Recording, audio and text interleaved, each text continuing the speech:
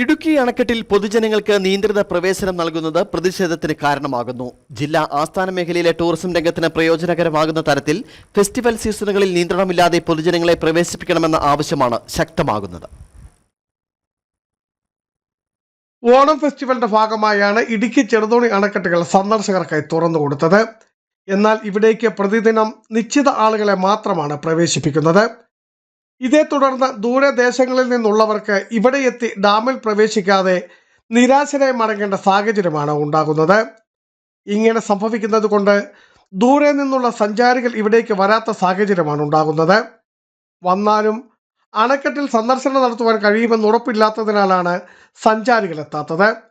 നമ്മുടെ ടൂറിസം സാധ്യതയെ അത് വലിയ നിലയിൽ ബാധിക്കുന്ന ഒരു വിഷയമായിട്ട് മാറിയിരിക്കുകയാണ്.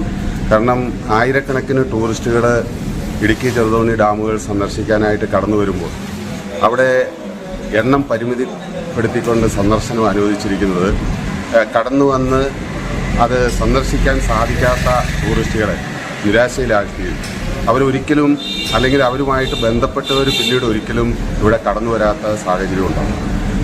ഇത് ജില്ലാ ആസ്ഥാന മേഖലയിലെ ടൂറിസം രംഗത്തിന് കടുത്ത തിരിച്ചടിയാണ് നേരിടേണ്ടി വരുന്നതും.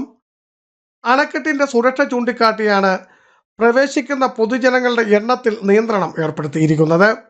എന്നാൽ ഇടുക്കി പദ്ധതിയുടെ ഭാഗമായ കുളമാവ് അണക്കെട്ട് യാതൊരു നിയന്ത്രണവും ഇല്ലാതെ എന്നും തുറന്നു കിടക്കുകയുമാണ്. അണക്കെട്ടിൽ സുരക്ഷ വർദ്ധിപ്പിച്ചുകൊണ്ട് പൊതുജനങ്ങളുടെ പ്രവേശന നിയന്ത്രണം മാറ്റിയാൽ മാത്രമേ ഇതുകൊണ്ട് പ്രയോജനകരമാകൂ. Biju Vaishanparambil, Idukki vision news, Idukki.